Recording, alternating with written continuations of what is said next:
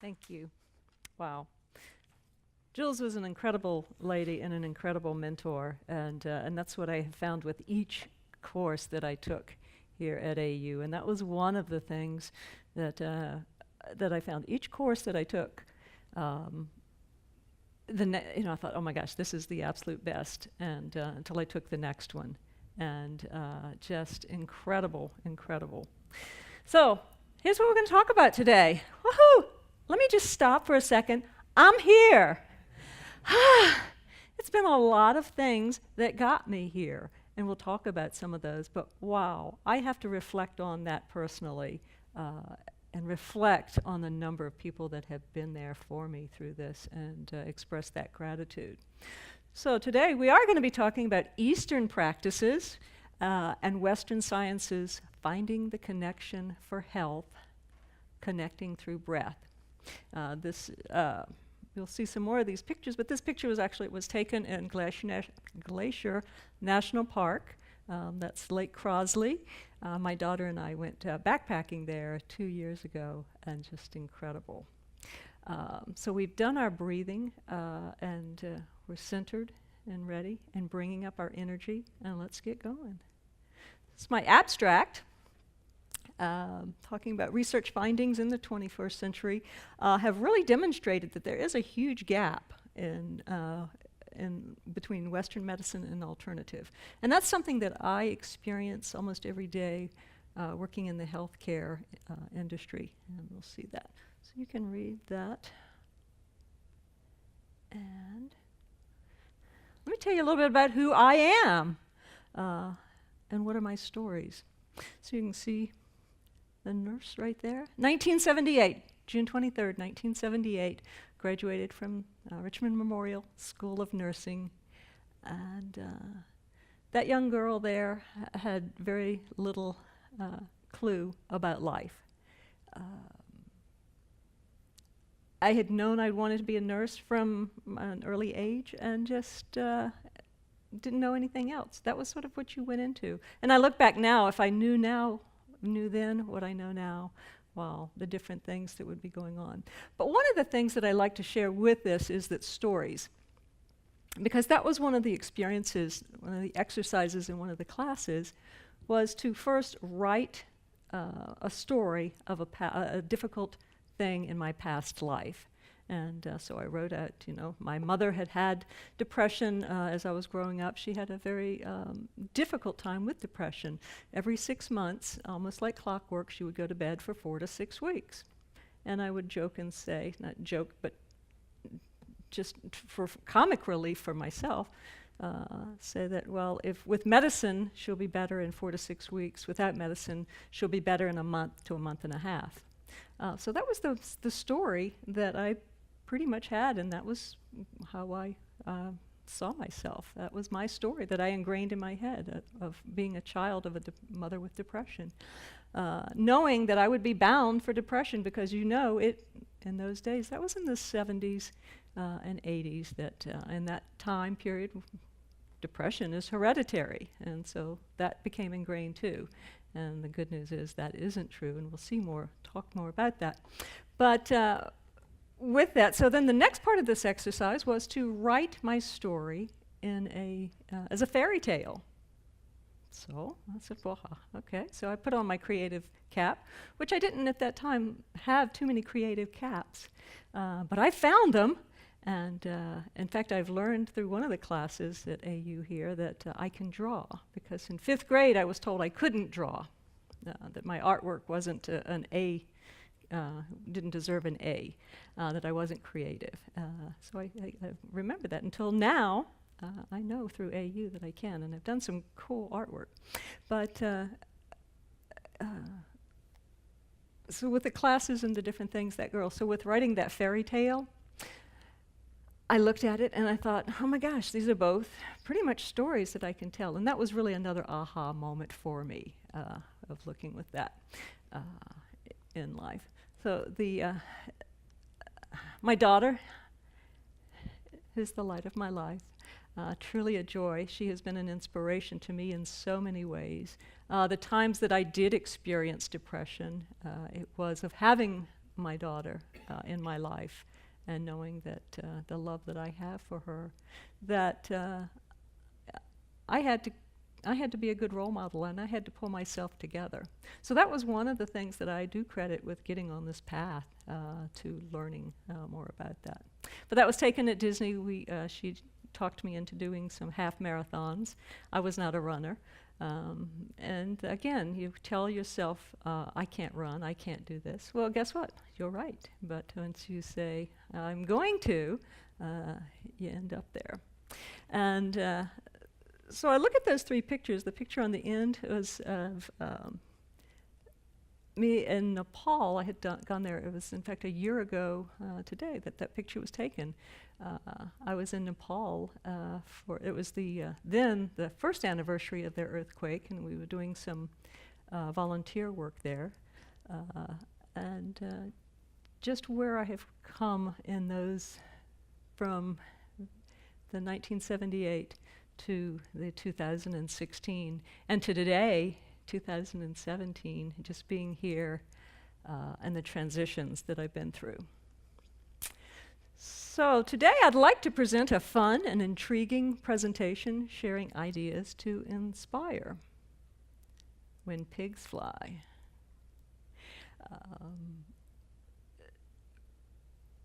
One of the things that I'd like to share first with you is the little coin exercise.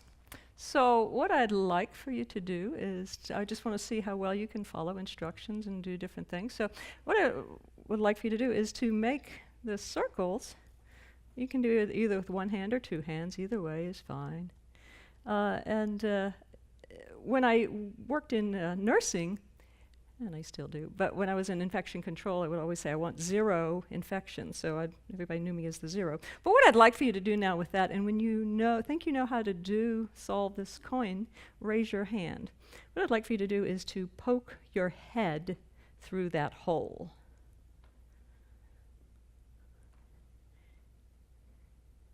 Raise your hand when you know the answer.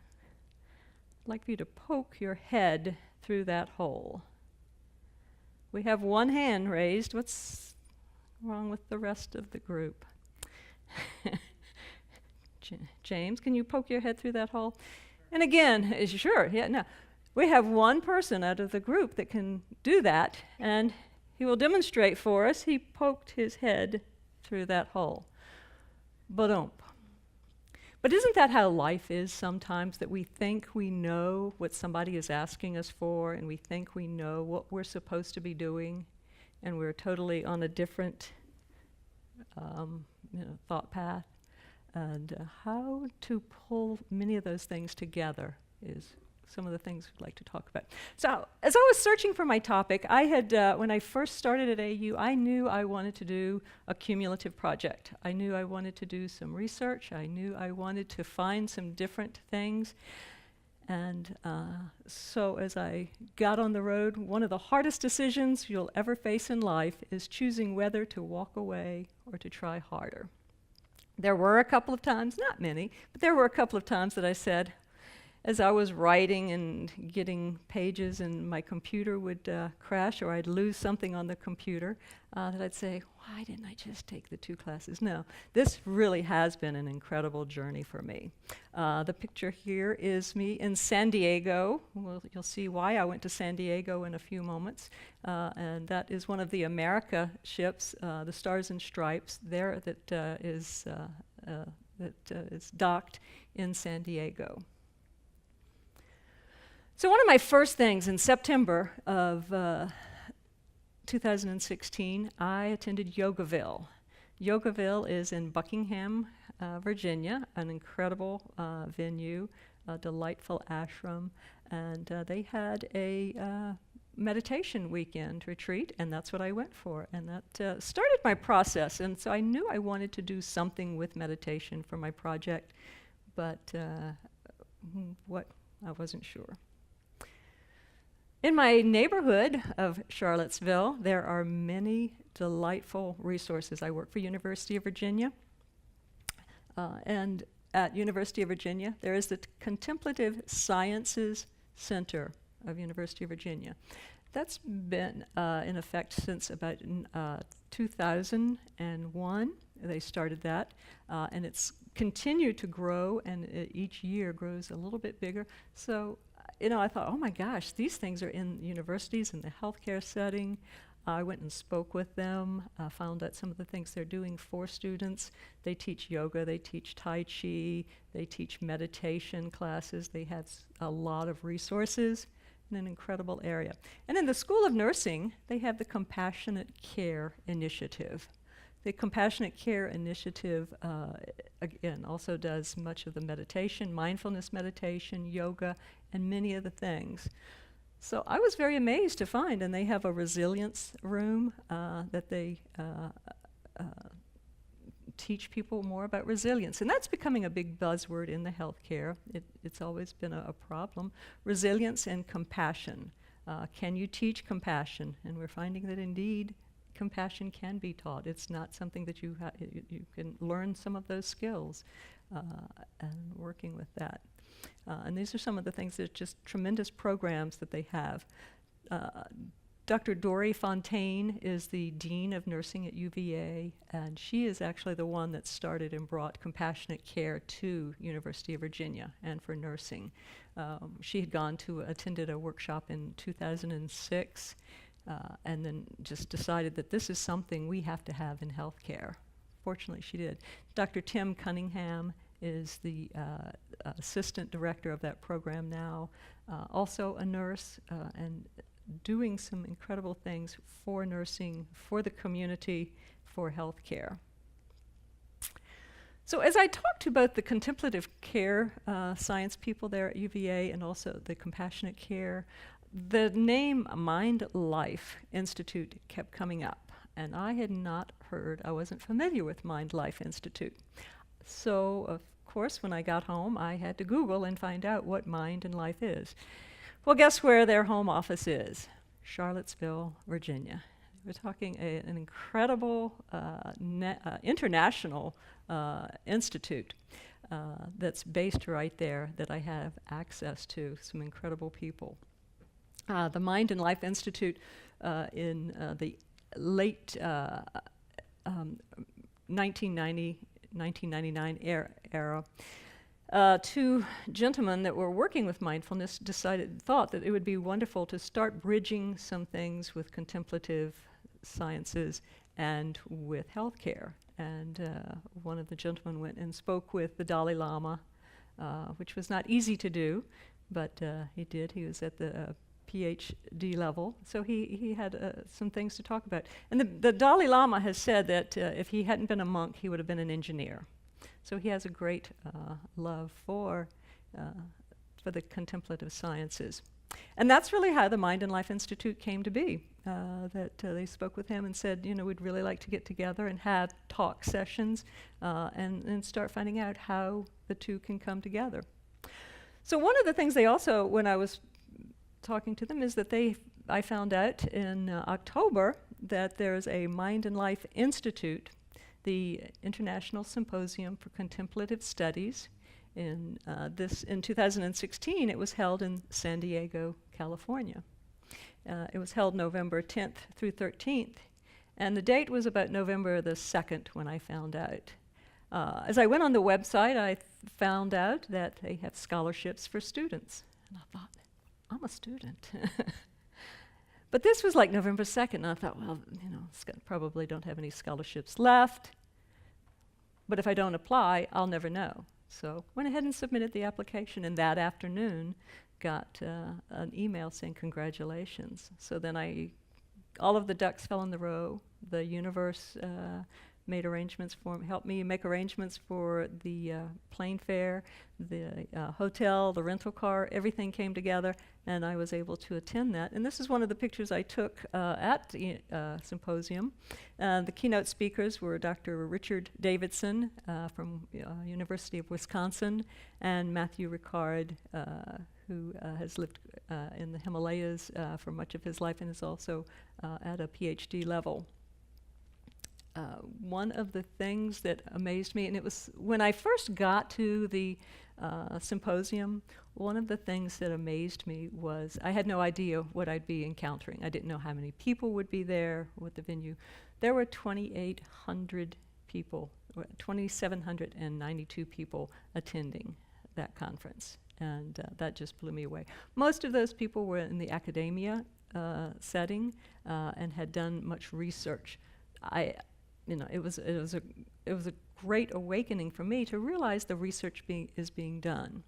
And this is one of Matthew Ricard's statements. Contemplative sciences and neuroscience research demonstrate if you meditate for 15 minutes every day for a month, the function and structure of your brain and immune system change. Now, I knew there had been some studies, but to see a scientist and to see this in a scientific study was very intriguing to me. One of the most intriguing things for me was finding out the number of research papers that are being written. In 1980, there were none. 81, 82, somebody wrote. Now, these are not just articles on mindfulness. These are research papers that have been written and accepted. And all the way over in 2016, you can see that just said to me, wow. Knowing that I wanted to do something on mindfulness, not sure where to go, my big question became, I work as a nurse at UVA, and when I'm in the healthcare setting, I don't see it transition over. So my big question was, why hasn't this gotten into mainstream healthcare more? It's certainly beginning to seep in, but what's the holdup and what else do we need to do? As I started doing some of my research, one of the things that I found, and this is some of it is tongue-in-cheek, but some of it is also very true. And as I was reading Candace Pert and Dr. Candace Pert, who's no longer with us, and Dr. Dean Radin, also all said that research is more competitive than probably most sports, that it's very cutthroat in many ways, getting published in some of those things. It was very disheartening to read, but that's the reality of it. What most things of change go through is that first you're going to be ridiculed, this first ridicule. Well, that is the craziest thing that I've ever heard. Similar to Galileo, when he was saying that the earth is not flat, it's round. And we still have people today that say, no, the earth is flat. But people before Galileo had been burned at the stake. And that's what has happened in many of the sciences. People were tortured, burned at the stake, ridiculed. It just wasn't a friendly environment to come out with a new idea that went against the grain. The opposition of you can't do it. And that was one of the things. Fortunately, Candace Pert, in the 70s, when she was doing her work of discovering the neuropeptide, the link with those, and where the synapse and the neuropeptide, really where in the brain center work, that there were people saying it's not there, it's not there, and she kept working until she found it. And she's had done some very incredible things. So finally, it boils down to people accept it, and we can move on. Talking about the difference between Western medicine and Eastern medicine, pretty much we know the huge differences. Western medicine is based on science. It's very cut and dry. A lot of times, and that's the unfortunate thing in the healthcare setting, that I watch patients being taken care of as though maybe I've seen maybe sometimes people take better care of a mechanic caring for a car than sometimes, because we lose that idea that it's a person there, it's a body. It's not just the body, it's the body, mind, and spirit. Western medicine uses the drugs, Eastern more of the herbal medicines, and more of the natural. And when we're talking about the cost, Western medicine, here we're spending 17.5% in the United States of our gross national product on health care. which is a astounding figure.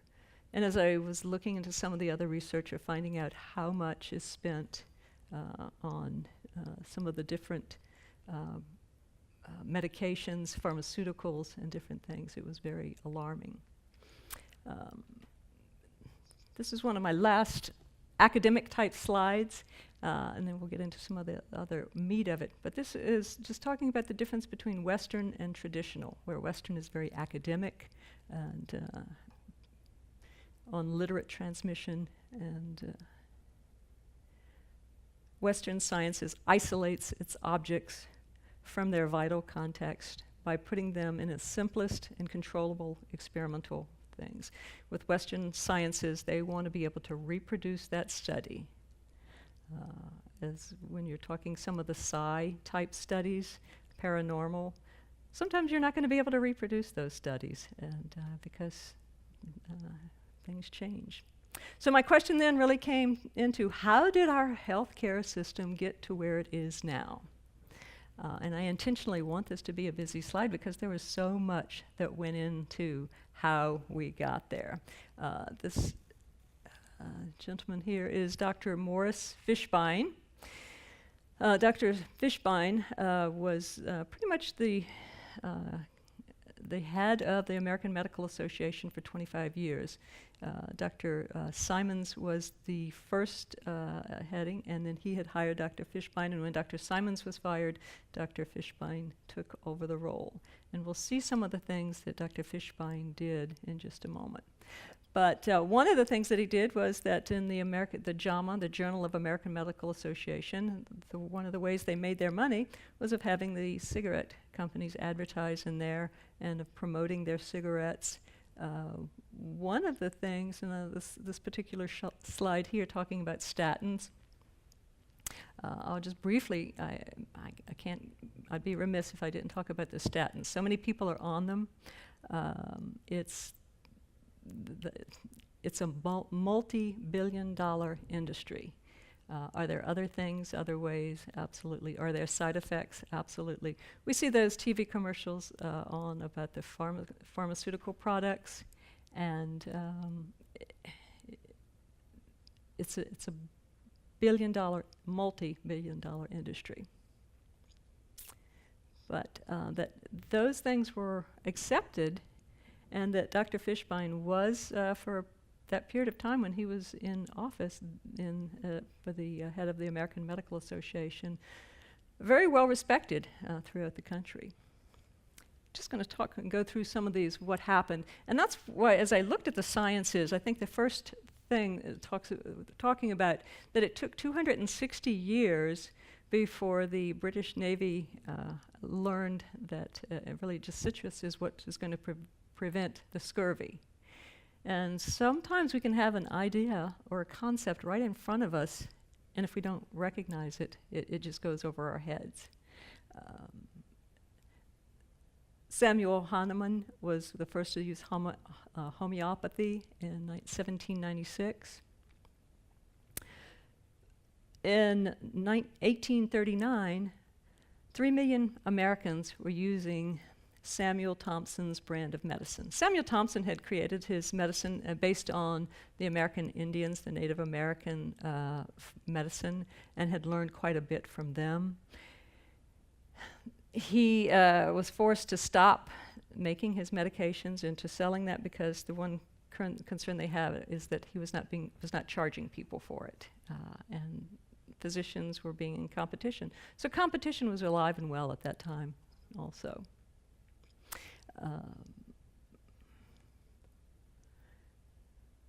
So there was in 1899 that George Simons comes into the American Medical Association. 1910, the Flexner report came in. And this is one of the areas that I saw a lot of the changes of how medicine really changed. What the Flexner report said was that schools of medicine had to meet certain standards, which is all good and fine. But if you were homeopathic, chiropractic, any of the other traditionals, you couldn't be a part of the School of Medicine, and they eliminated them. So the schools of medicine went down dramatically, the numbers. And part of the concern with the American Medical Association was that there were too many doctors, there were going to be too many doctors, and they wouldn't be able to make their money.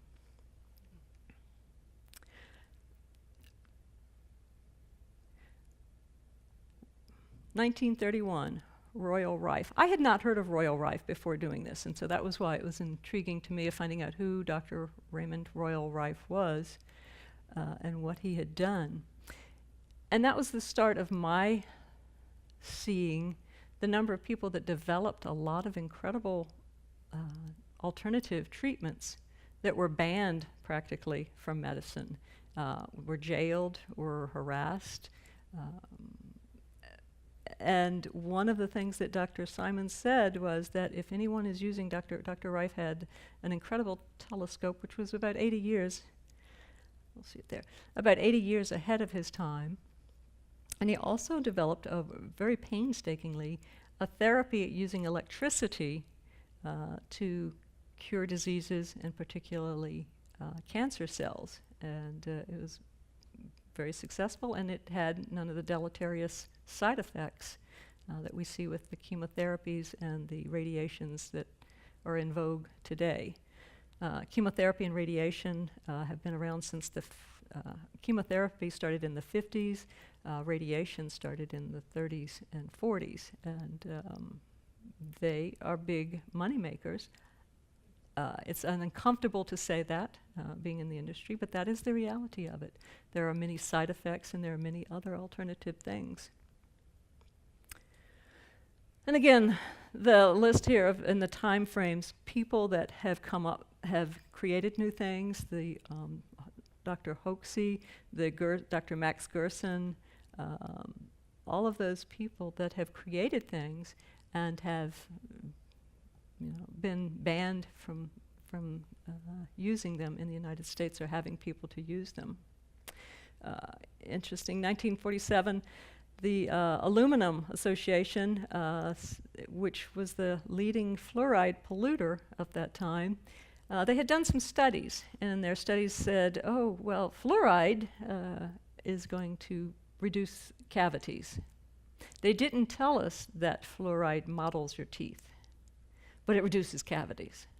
And also it reduces bone density. So we have, in our culture, have fluoride in our water. And you go to your dentist and they're going to say, do you want a fluoride treatment? There are many side effects with that, and the therapy is not effective. How do we learn to ask those questions really began to be what my information, where my thinking was going? How did this happen? Fitzgerald report in 1953, he came out and he realized, he found that the Krebsoian and the Hoxies, Rife, all of those people had great treatments, but they were blocked. Dr. Fishbein had a war on quackery, and he had 300,000 people on that list. And he would write in different journals, the newspapers, and he had a lot of people that were reading that. So he was and became what the American public saw as the person, the go-to, the expert. It was finally in 1954 that the Journal of American Medicine finally said, okay, we can't keep running these ads on tobacco. People started coming out and saying, no, they're really, 96.2% of their patients that had lung cancer were smokers. They said, we've got to stop this. And I can remember in 1983, I was in nursing school, and I can remember hearing about Laetrile. And Laetrile, so it was interesting when I saw that again, because Laetrile is similar to more of a vitamin, a very natural alternative.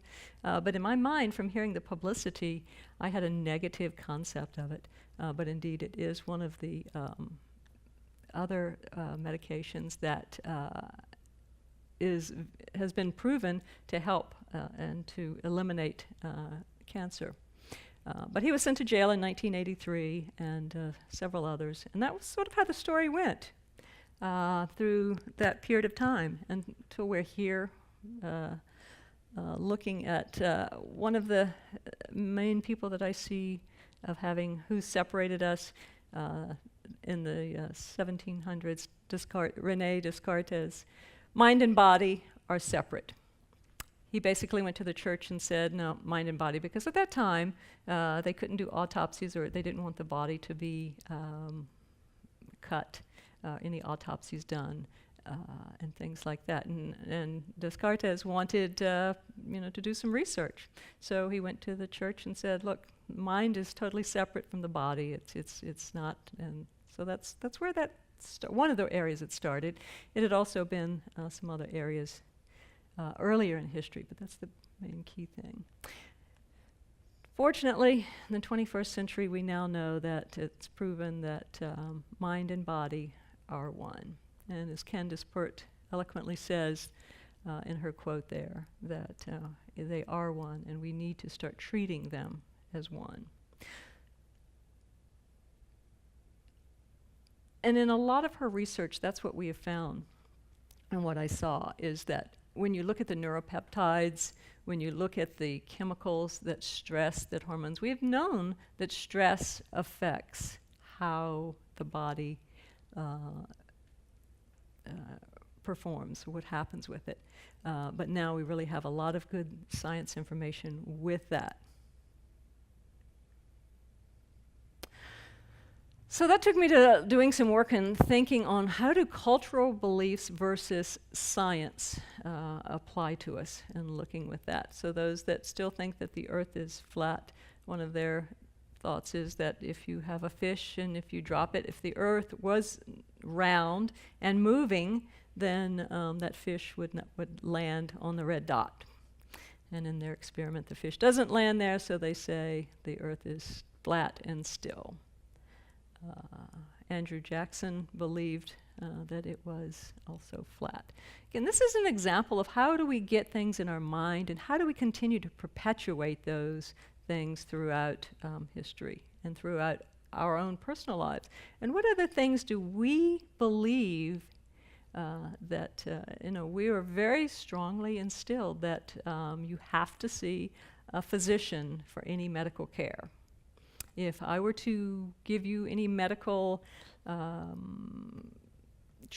ideas, thoughts, I could be thrown in jail because I am not a physician. And that's where we have gotten to that point. So how do we get out of that? There's this significant paradigm shift. Illness in our body is a way of telling us about problems. And that is what I think the medical system has not addressed, is that, sure, they can treat those things, but just by treating those things, what caused them? If we listen and go inside and ask our body, what caused those things? What other ways can I eliminate that? And as we see, the body itself has an incredible ability to heal. It's greater than anyone has permitted. From the teachings of Buddha, from the teachings of Christ throughout millennia, people have known and have done those things of how to heal and how to reach those without spending multi-billions of dollars. So I'm going to pause now and just do a little, how our perception, how we perceive things. So looking at that, and what do you see? By shifting perspective, you might see an old woman or a young woman.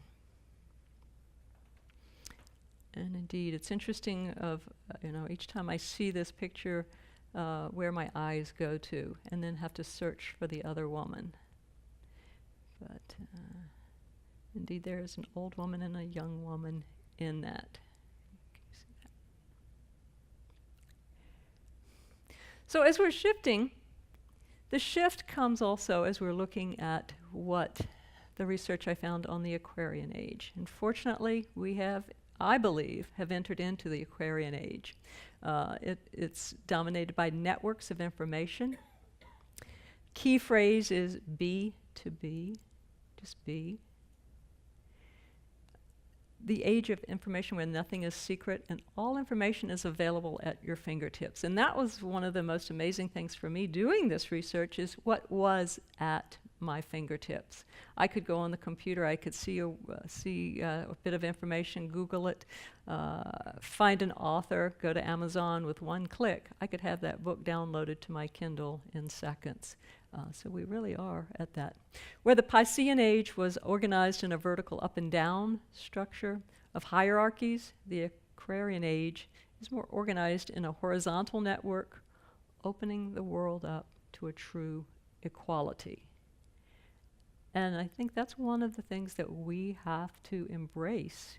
There's so many things that are concerning to us, but to be able to embrace that, one of the things that I really like is this quote from Tolle in his book, Stillness Speaks.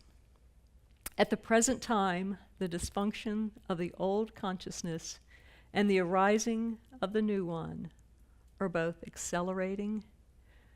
Paradoxically, things are getting worse and better at the same time, although the worse is more apparent because it makes so much noise. And I think that's the important thing to consider, is what are we placing our focus on when we're looking at the news, when we're looking at the difficult things in life. Where do we place our focus? And if we're placing, and now for me, the exciting thing was, once I would place my focus on one element, it was like I kept seeing things over and over again, and more information expanding to that.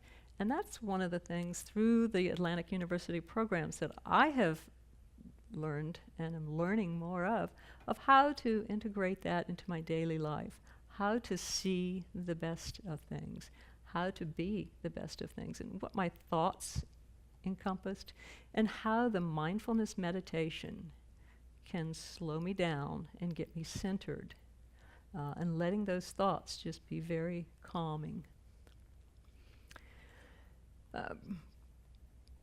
Bruce Lipton had done quite a bit of work with the epigenetics, and Dr. Dean Radin had done quite a bit with neuroplasticity and a number of other things. Dr. Joe Dispenza has written a lot in his books about neuroplasticity, but important of knowing that as we create those new neural pathways, we can change and do different things. We can be different. As we look at those new experiences, we see the world with different insights. And again, this one is my daughter, and we're at Lake Elizabeth there.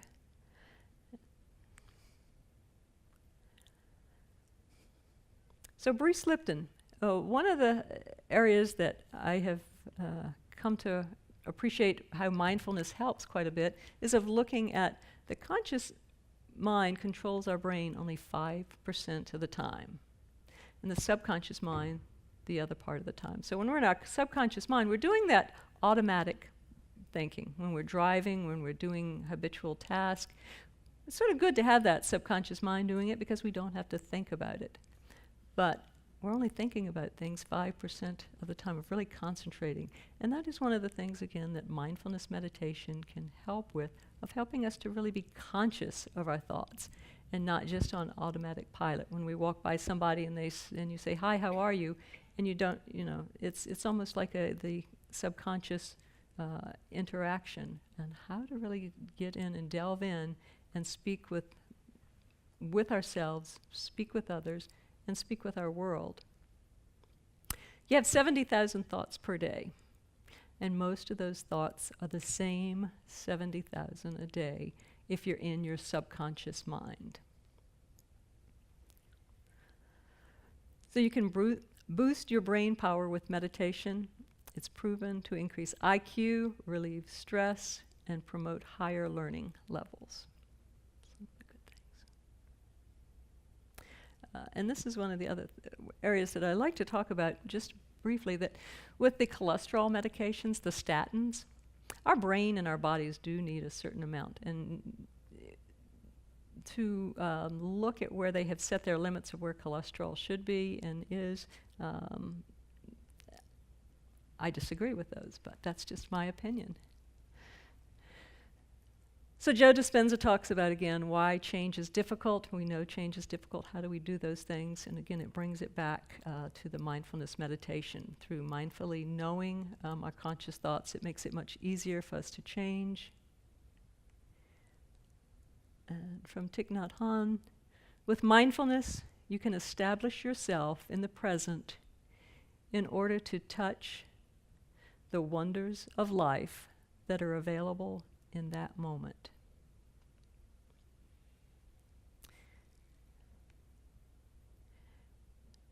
I went and saw Riverdance on Tuesday night in Charlottesville, so I had to add this in because it really made me realize what Bruce Lipton talks about in, and I'm sorry, I just realized that. It is Joe Dispenza that talks about that in You Are the Placebo. So this is actually a slide from Joe Dispenza. But the survival emotions versus creative emotions, and what intrigued me the most about watching Riverdance was that everybody was on beat, and that's how our body is. When our molecules are all working, they're working well in beat, and everything is in rhythm and sequence. And watching the drummer there in Riverdance, he was just all over his little stage area, but he was on beat. And that's what our bodies do. Except if I were to be up there dancing with him, I wouldn't be in rhythm with him. And it would be a different experience because I don't have that rhythm. I don't have that creative skill developed yet. Doesn't mean I can't, but I haven't developed it yet. So looking with that of when we have more energy and matter through practice, as the waves of energy, when you change your energy, you lift matter to a new mind, and your body vibrates at a faster frequency. So that faster frequency gives us the energy, the creativity. And it's particularly with this that when you talk about, and in the 70s I had heard, an intriguing quote, and it was that 99% of stress, 99% of accidents and illness are created by stress. And in the 70s I thought that was just ridiculous. But now I know that that's true. And this is a lot of why that happens, because as we're stressed, our chemicals, our electrical, how we're functioning, our cells are working at a different level.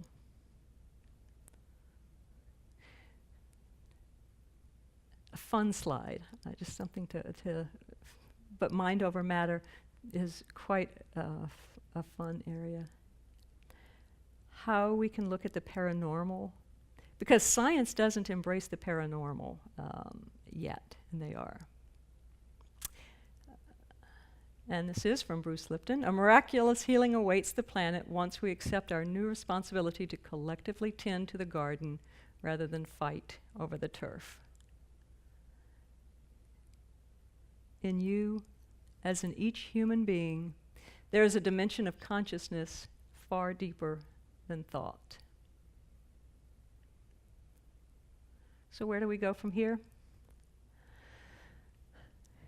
We have choices in life and different decisions. And I strongly believe that mindfulness meditation is one of the things, and I'm excited in doing my research to find that it is in the school systems, it is going into many different arenas of life, and that will indeed be what I think will take us to a next generation, because where we are doesn't mean we have to stay there.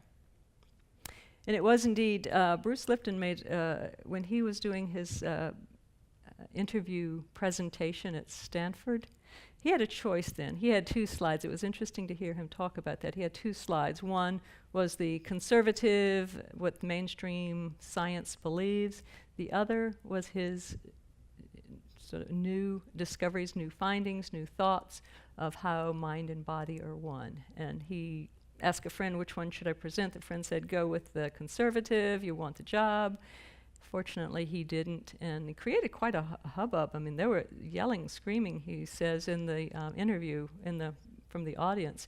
And he thought, well, I guess I won't get that job. But that's indeed what Stanford wanted, fortunately. They wanted somebody that's going to say, hey, let's not be mainstream. And he has done quite a bit of research with that. So, as we breathe and move forward, I'd like to just express the many thanks to the people that have helped, especially Jules, Dr. Jules Maloney, and Dr. Douglas Richard for chairing this project for me, and a number of other people that have just truly been there and an inspiration to me. A big thank you to Atlantic University for having this university, the staff, and the professors and teachers have been incredible. It has been an incredible journey for me, and I thank you for your time. Questions?